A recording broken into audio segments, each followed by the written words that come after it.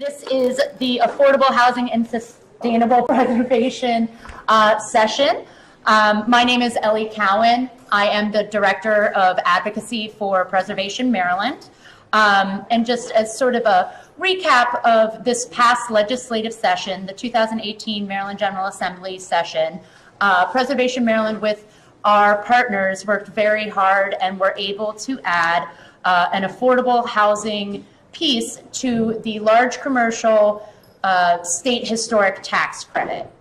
And so our state historic tax credit is comprised of three different programs. There's the residential for homeowners, small commercial for those smaller Main Street projects, and then the large commercial, which is a competitive commercial for commercial projects, larger commercial projects. Those credits are awarded competitively, and it's also an appropriated fund. So right now it's been appropriated for the past few years at $9 million for the whole state. We're still working on getting that number up because Virginia's doing $100 million a year and we're only doing 9. That's a pretty stark difference. We're not even 10% as good as Virginia. So, and then as for some comparison though, states similar to size and budget like Massachusetts and Wisconsin, they're doing about 50 million. So again, we are falling very far behind. We have we have an incredible amount of historic resources in our state, and we want to see them saved and understand that it is often more expensive to rehab an old building. So we want to provide the incentives to make doing the right thing the easy thing to do.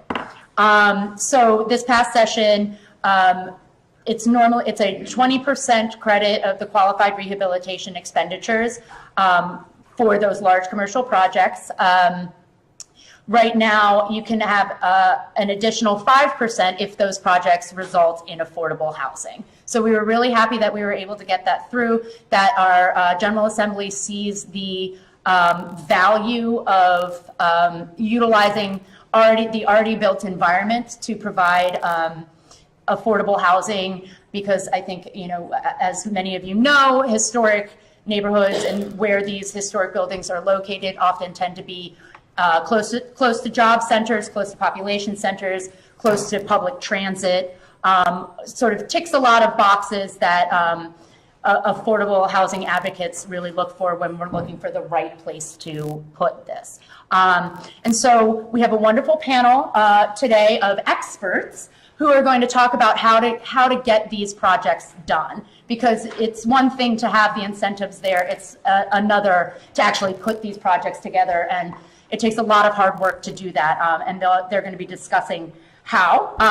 We have Sakina Linder from Penrose LLC, Tom Liebel from Moseley Architects, and Willie Moore of Southway Builders. And these are our experts for the day. They're going to take us through how some of these projects specific projects are getting done, and then I think we'll have about 10 minutes, hopefully, at the end for some questions. So if you wait for your questions till the end, I think that'll be helpful. So we are ready to go. Welcome. Super. I will go ahead and start again. I'm Willie Moore. I'm president of Southway Builders. We have been in business for 26 years. We do about 60 to 70% of our work is LIHTC, so low-income housing tax credit work. And we also do commercial work, and in both of those realms we do new construction, adaptive reuse, and historic. And so really for me personally, to have the marriage of LIHTC and historic is like the greatest thing in the world to get you out of bed in the morning, just because it's a great social purpose on many fronts. Do you want to just go down, I guess, Sakina, before we get into the slides? And just Sure. Really quickly, just to add on to what Ellie already mentioned. So my name is Sakina Linder. I'm a developer with Penrose. We're a for-profit developer based in Philly, but I do work in the Baltimore office right across the street from Inner Harbor. We've been in business for over 40 years. We've developed over 16,000 units between, I always get this wrong, I want to say 13 states along the Mid-Atlantic, including a couple states out in the Midwest, so Texas and Illinois recently with the merger we have with Hunt Companies. We're also in DC. We do also new construction and historic rehab. More recently, we've gotten into some projects that were historic renovations done about 15 years ago that didn't have low-income housing tax credits, but they did use historic tax credits, even though they are affordable projects, because that's part of what we do. Our main mission is to provide affordable housing. So I'll talk a little bit about that as we go through, and yeah, and any questions at the end, I'm happy to answer. Cool. And I'm Tom Liebel, principal with Moseley Architects. A lot of you might know us up until January 1 this last year as Moseley Architects. We've been around 50 years. A lot of the work that I personally do ties into historic preservation tax credits, sustainability, LITEX, how they all sort of morph together. And also I chair the Commission for Historical and Architectural Preservation for the City of Baltimore. So also understand kind of from the policy side where a lot of stuff comes together. And with that, I would say let's get rolling so we can get Sure. So we thought what we would do is maybe start with some photographs, just quickly kind of go through and give you some high points to inform. This marriage has existed, and it's existed for years. And I could show you a whole lot more pictures. These are just digital images, so most of these projects are just a couple years old. We've got boxes of old photographs that we could have gone farther back. This first one is in Fells Point. It's the box there in the upper left-hand corner. It's the old Fells Point police station. And it had a parking lot next to it. And now you can see that same image in the upper left-hand corner. The police, the original brick building is over on the far side. And this was a LITEC deal with some ground floor retail. Next, this was North Street Apartments was in Elkton. And that is in the upper left-hand corner again is the original, it's the old Elkton jail. And we ended up, there is some affordable senior housing that was built alongside of that building, and within the jail itself has, I think, 5 or 6 apartments as well. This is the restored version. Next, this was a unique one. This is in Fairfax County, Virginia. It's the former Lorton Prison. And this was an exciting project. This was a minimum security prison. It was 32 buildings. That is now a combination of market rate and LITEC housing. This was about a $37 million project. You can see in that bottom row, the middle image, the windows there, they're steel windows with about 4-inch panes of glass. It doesn't have the typical bars that you think of. But to put things in context for you, the window restoration package alone to meet Park Service standards was over $4 million. But this is a really cool project, very cool campus and great housing. This is another unique one. So the bottom left corner there this is an old Baltimore City school, and this was a LITEC deal from several years ago that was done maybe 2 decades ago. And they had this, if you look at the upper right-hand corner, this massive attic that was just unused and lots of timbers running back and forth. And so it was so much square footage, we came back and got some more tax credits, and we were able to put another 5 or 6 units up in the attic. And in combination with the historic tax credits, we added some dormers around the side and did some more restoration work. That was a unique one. This is more recent. Blessed Sacrament is an old parochial school in Baltimore City. You can see the old chalkboards, etc.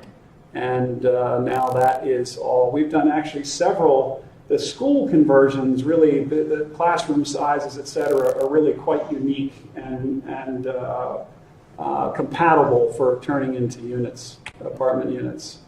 Another is St. Catherine's. This, again, is another parochial school, and this is now a family recovery facility.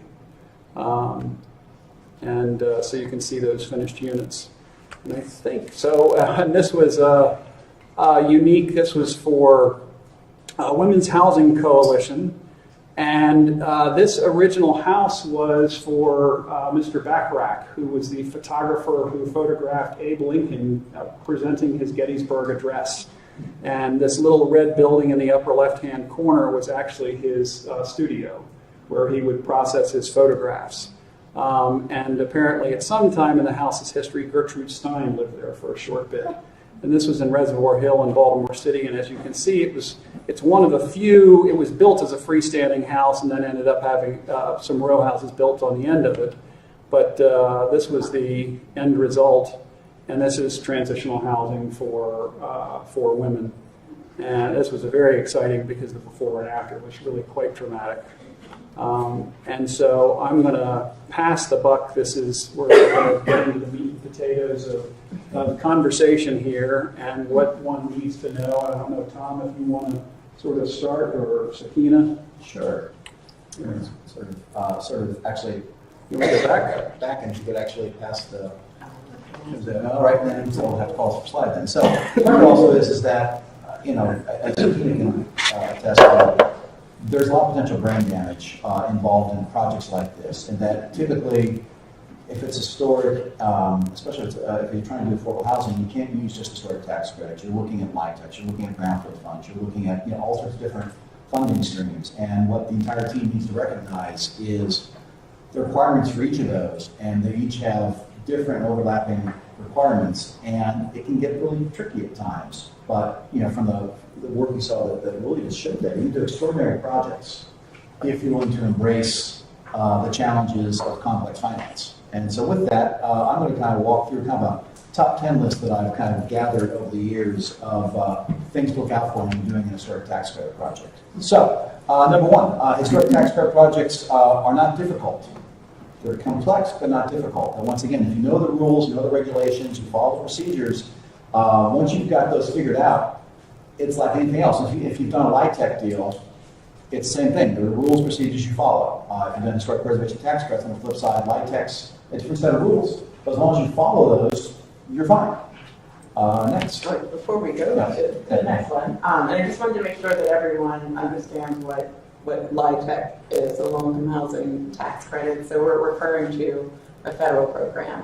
And I just wanted to speak to that for a second, because Ellie introduced the new legislation that went through in the states regarding the state tax credit program, which is competitive. One of the good things, though, about merging federal historic tax credits and the low-income housing tax credit program is that they pretty much work the same. So once you start working doing one, you might as well do the other. You've got the same financing folks involved. I mean, if you have a bank, because most of us aren't independently wealthy and we're not able to find a $20 million deal, you have a bank involved. That same bank would be your investor. So you're working with a syndicator. So I call it the broker to get the investor together with the deal. They're able to provide the financing, and they're often able to also do the investment for the tax credit, so to provide actual equity for the job. So same process, same group of folks,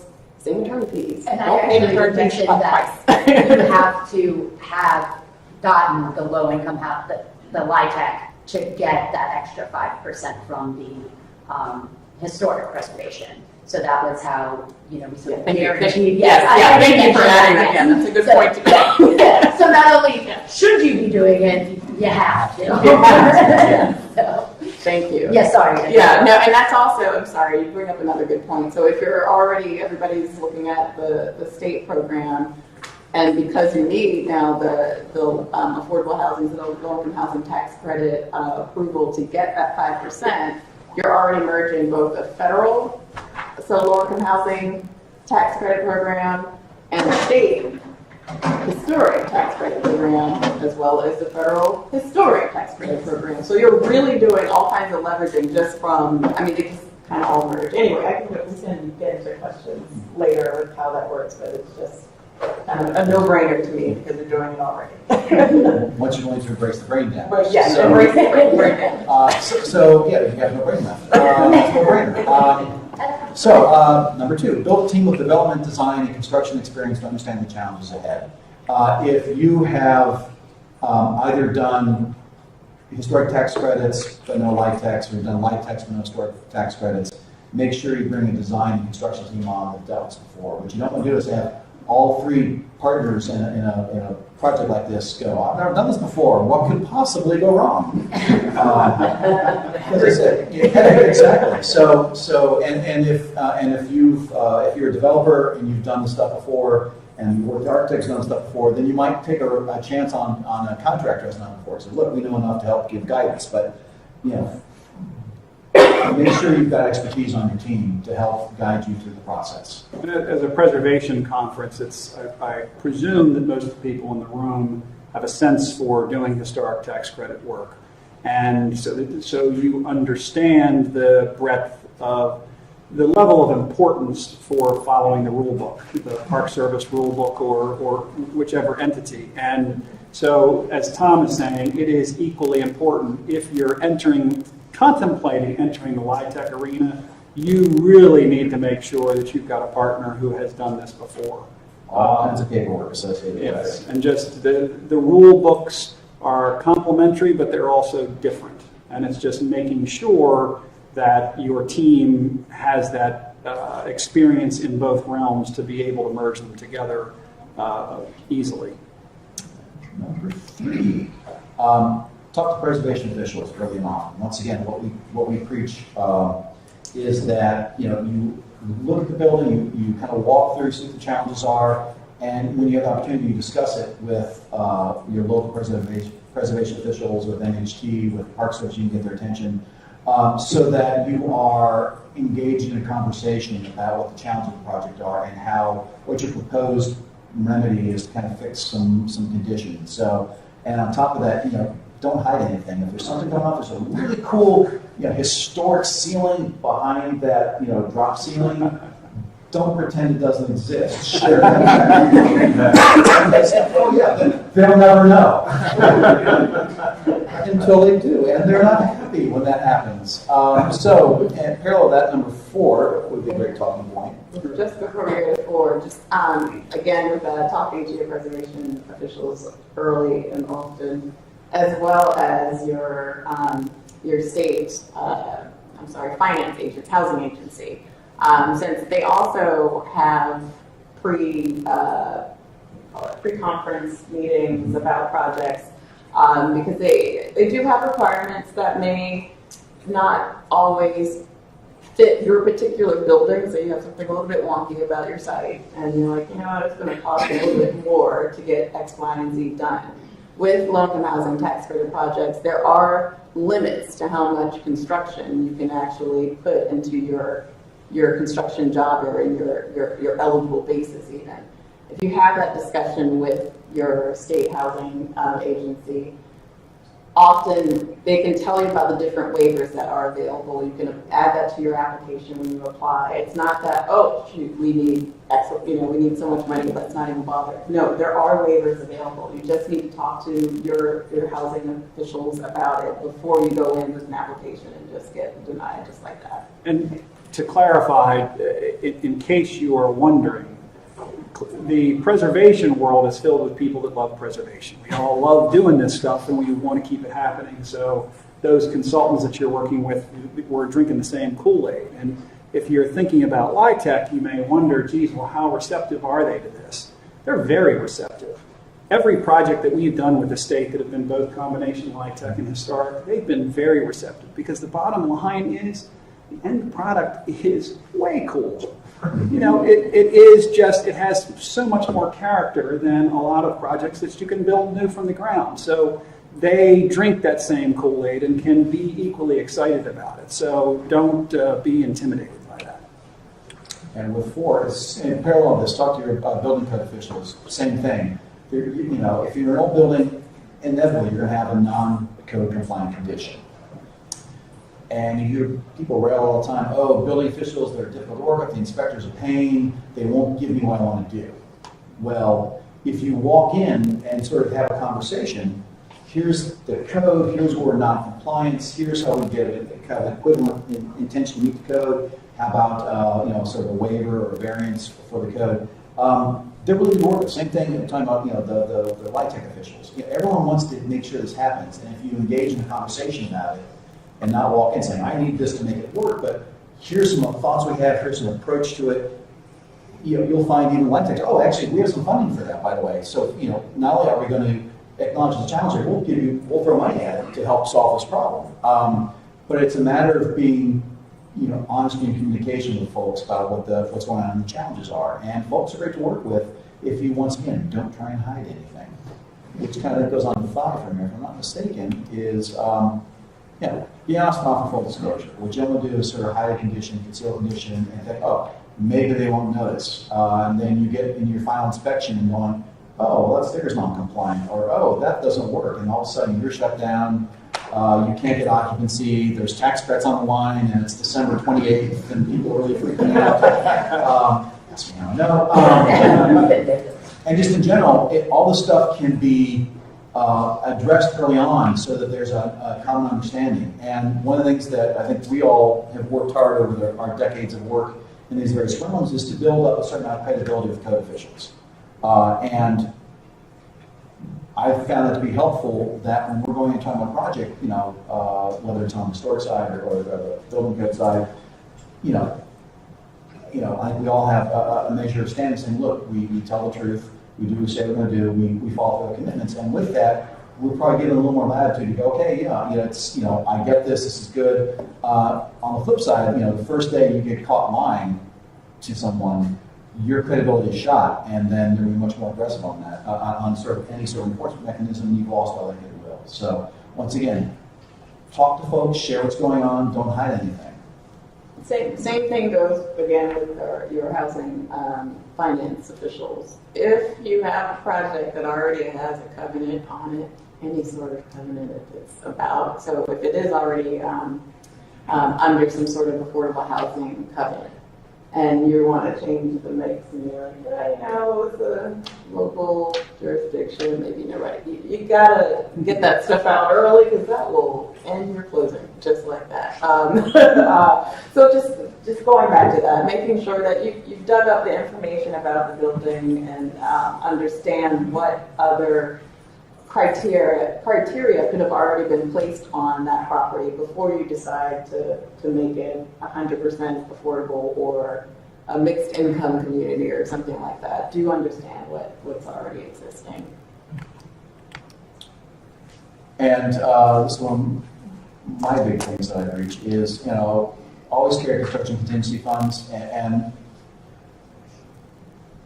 working with the developer, you have different contingencies they're carrying. Typically, if you're kind of working through schematic design development, they might have a contingency fund saying, well, we haven't quite finished designing that yet, so we're going to allocate some money so the contractor has some money to build that thing we discussed but haven't drawn yet. But even once all that's said, all said and done, we kind of joke that lines on paper equals dollars. That the more you draw, the more they're going to price, the more it's in theory going to cost, even though the intent has always been there. The important thing, though, is recognize that even if you're done 100% drawn, everyone's been to the building, they toured it, you budget contingency funds for unforeseen field conditions, especially on the structural side. If it's a project that you'll see, things that we've all done, you're going to be gutting the mechanical, electrical, and plumbing systems. You know in general what you have to put in your roof on it. You know what the stats of the windows are. But I've yet to do a historic tax credit project yet where the contractor is going to call up one point and say, hey, guess what we found? And that's usually not a good phone call to have. It's not like, oh, we found buried treasure in the basement. It's, a beam in the beam pocket is rotted out. Or we did one project where we'd actually gone so far as to sound, a heavy timber frame, make sure that the beam seemed solid. What we didn't realize till we were doing some of the work that water got in from the top and it kind of rotted out the middle, the heart of this beam. So all of a sudden, we have to do some heavy timber replacement. You got to make sure you carry decent funds. I usually suggest 5 to 8%. Most people carry 10% of the cost of construction to make sure you don't get half of the project and go, we're out of money, and we're still finding stuff. And so, just to put it in perspective, it's not unusual for a new construction project. If we spend a a year, 9 months to a year in pre-construction activity. A new construction project, the extent of your exposure is mostly just what's underground. It's what you can't see underground. But once you start building up, it's, the number of 2x4s, the number of windows, the brick, all of that is very quantifiable. So a 3% contingency is fine for new construction. When you get into adaptive reuse, historic, there is always a surprise. But what I would counsel everybody always is, if you have the opportunity, the more money you spend up front, you will save bucket loads in the back end. And so it is really taking the time to literally go through and do some selective demolition in your existing building, open up areas, identify problems, because then you can identify those costs early and get them in your base budget. So it's just, you can't find everything. You try, but it's part of the fun of what we do. Your bank, your investor, the state housing agency will really appreciate that you've done that homework. They don't want to find out, right before closing, that you had a oil tank buried under the house. Surprise! That is not, you want to do your homework way early in advance in order to avoid those surprises. And part of that also is that sort of implicit, we're talking about here, but I actually don't have a number here for, is talk about whenever you can, make sure you have the entire team from the get-go. That it's really great when you have a contractor on board early on in schematic design to help do that exposure, to help check things out, to help give you valid pricing. Because if you don't know what the current market is for tuck pointing on a project, and you can't go to a cost estimating manual because it's so specific to the project, so specific to the type of construction, you really need that expertise and the sort of feedback on constructability. So unless you are obligated to do an open bid on a project, I would strongly encourage you to bring a contractor on. And a lot of different ways you can do it where you still have some control of the bidding process, but having them there as a partner is vital to having these projects really succeed. And on to second. Pay particular attention to hot button issues. So we're working on tax credit projects, rooftop additions, windows, and new entrances. So don't try and put an addition on 1 or 2 story building. I know Park Service guidance says 3 stories at least. Windows, as you know, also are always a big concern. Are you going to rehabilitate? If you can't rehabilitate, when you're replacing them, make sure they are compatible with the original windows that were there. Don't go for the cheapest vinyl window you can find because you will be shot down. And new entrances. This goes, a lot of work we do is like old industrial buildings, things like that. If you have a whole series of bays, one's been compromised, make that your entrance. Even though, architecturally symmetry says it should be right here, don't violate pristine, areas of construction. And if it's already been altered, alter it some more. So, if you follow those rules, you've eliminated most of the points of conversation with Park Service. And know your rule book. It's just the state historic tax credits can largely just focus on the outside of the building, sometimes the inside, but the federal are going to be looking at the outside and the inside. So when you're doing your pro forma to try and figure out if a deal is going to work, it's really understanding how far of a reach the tax credits are going to have on the structure and what the impact of cost is going to be on the project. Just wanted to hit one other point, and I'm going to rely on Tom to kind of fill in the blanks here, just because of paying particular attention to hot button issues like all the ones he's listed here. And also want to say just kind of green issues. So when you have a low-income housing tax credit application in the state, so with Maryland, you do have green requirements for historic properties as well. And you do have to kind of figure out how certain replacements like windows and doors are going to work in order to achieve the savings reductions that the state will require in order to meet that threshold requirement. Certainly, and that's part of that also is, I always argue that historic structures tend to be kind of inherently green in the way they're designed. They're designed for natural ventilation, they're designed for good daylighting and things like that. And once again, if you're knowledgeable as a team about what you can and can't do on the Park Service side and on the USGBC, the United States Green Building Council side, you're doing the LEED project, whoever's doing the rating and ranking on the green side. It's a conversation, and you kind of figure out on both sides where you can and can't do certain things, and that's the point you talk with people about. But it's, once again, there are green requirements. There's some relief if you ask for it in the process, in terms of, the way you do energy modeling, things like that. So if you know about it and address it early on, you can address, you can do it. And we do on a regular basis affordable housing. That is LEED gold. We have a project we wrapped up last year that was senior LIHTC in Pennsylvania. That was also LEED Platinum. It was actually the Pennsylvania Green Building Council's Green Building of the Year, and it was it was an affordable senior LIHTC project. So you can do it. You just have to have the collective experience to figure out how to engage on that. And talking about things like that, the whole reason we're here today, if you're doing a historic tax credit project, look at LIHTCs, look at new markets, look at brownfield funds. If you're already, if you're looking at this, hey, the state has this great historic tax credit, and by the way, the 5% bump, well, you're already there for the federal too. Make sure you don't forget that. Look at local property tax credits, wherever you can, as Sakina's been talking about. These projects succeed when you dump a bunch of different tranches of funding into the bucket, and you really need to embrace all of them. But when you do that, you can do extraordinary projects, and you can do, all the photos Willie was showing earlier, really transformative projects that take these underutilized historic resources and brings them back to not just functionality, but really cool stuff. And in the meantime, you're actually meeting the affordable housing crisis that we have around here as well. And I wanted to talk a little bit about that leveraging, that you want to do with each of these types of deals. I mean, one thing that we were talking about earlier about the green requirements for federal low-income housing tax credit programs.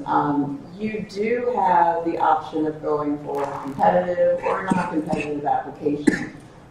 So there are certain times of the year that you can only apply for that competitive low-income housing tax credit application or funding, and it does give you a really nice boost. But if you don't meet the requirements, maybe because you are not able to hit certain scoring points, like the max on the green or the max on the or on the type of leveraging. But it could be that while you're looking at the type of funding, also look at that. Really do study the points that you can get so that you're looking early on and this project doesn't really score well for competitive, but it could do a non-competitive and it can bring in these other sources. So really dive in early with your point scoring so that you can bringing all these, know what types of programs you need to bring in addition to fill that gap that you're missing from that competitive low-income housing tax credit option. Which is important for, we're kind of bringing sustainability in this too, which is an awesome conversation. Historic tax credits don't have a points-based system, so that doesn't apply, but on both the LIHTC funding and sort of, whether it's LEED or IGCC or other sustainability, typically there's a series of points you need to achieve and a mechanism to do that. And the earlier you can map out, here's what we're committing to doing, the more assured you will actually make sure that that effort is captured and actually do it. What you don't want to do is carry a bunch of points in the middle, like, we might get it, we might not, I'm not really sure. Either commit to doing it or commit to not doing it and move forward. And number 9, as we all sort of saying, anticipate the unexpected. That, you all have done historic tax work before, working on historic properties. One thing that's really interesting about them, fascinating, is they're all unique, they're all different, and inevitably you'll go, wow, I did not know that was going to be there. I did not know that, when we exposed that was there. That's really cool. Why is it there, and how do we deal with it is the flip side of it. So expect that call from the contractor. And I guess understand that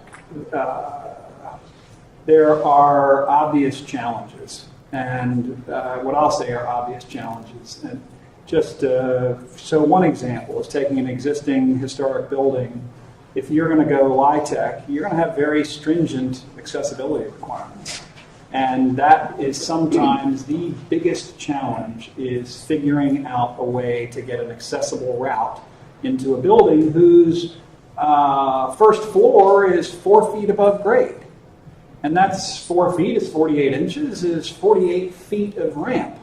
It's going to be extended plus 5 feet for every 25 feet of run. So all of those kinds of things are nuances. And the other thing that I will say is that, unfortunately, maybe what the National Park Service has not embraced yet, and there's sometimes a little bit of headbutting, is the difference when it comes to that energy code.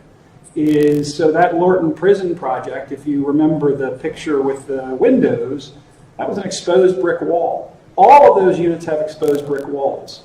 And the Park Service said that those exposed brick walls are a critical feature of the historic fabric of the project. And so, okay, they're triple wide brick walls, but we've got single pane steel windows with storm windows on the inside and zero opportunity to have a better energy upgrade.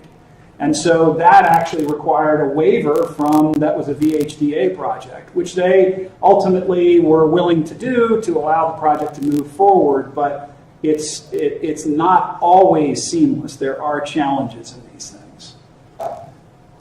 And this stuff will drive you nuts if you're not careful. That there's always things coming at you and challenges, and clearly you need to take all this stuff very seriously. There are millions of dollars in some project at stake in all of this, but you really have to kind of not freak out too much, because once again, if you have a team in place and you have the confidence in all of your teammates, you'll work through and come up with a solution. And teammates go beyond sort of the development team, talk about your preservation partners, your light tech partners. You just need to sort of work this together and not freak out. And if you do that, and once again, follow the rules, you'll get there. Hopefully, with your sanity, somewhat back. We're a unique breed. I will say that in the construction side, in the construction world, I will submit that somebody who does new construction all the time, they can't always do this work. But somebody who does this work can do new construction work all day long. It's too easy. And so those of us who do this work, we do it because we have a passion for it. And really, that's an underlying issue that is so important, is in keeping that sense of humor. It's all of these issues that come up day after day, you have to be able to think outside of the box.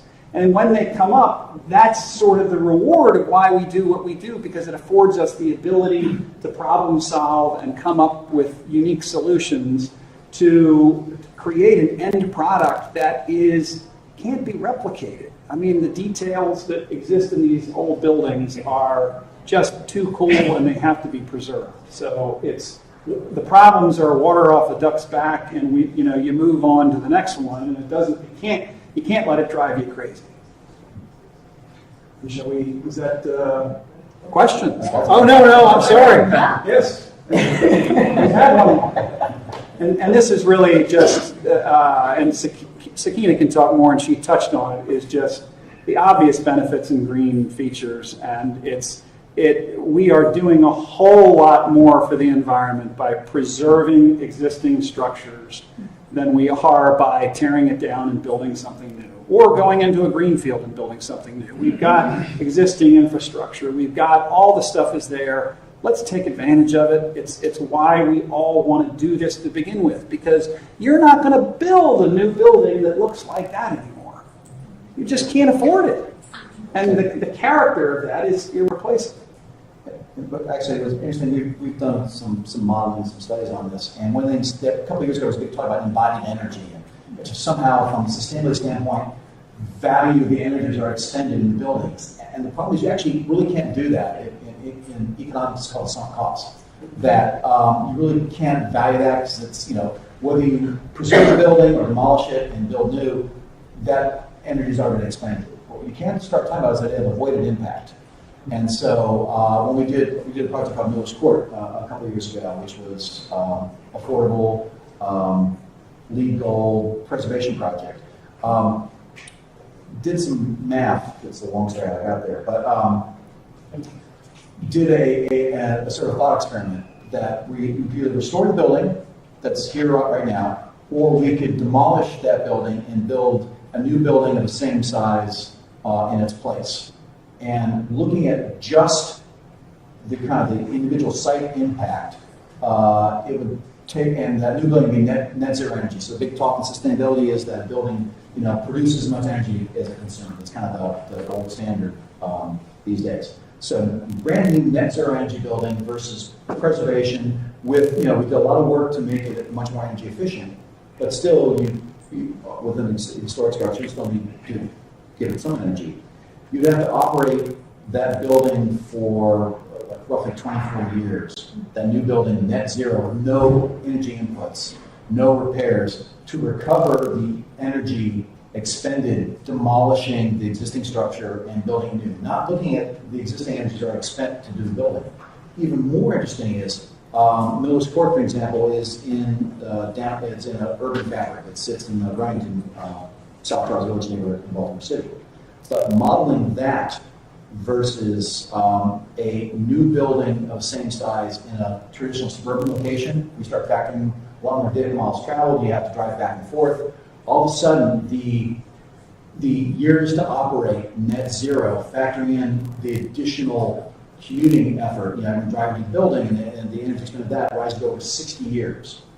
So, preserving an existing structure in a dense urban environment where it's livable, it's walkable, has a profound impact, not just for that historic resource, but also for the overall sustainability.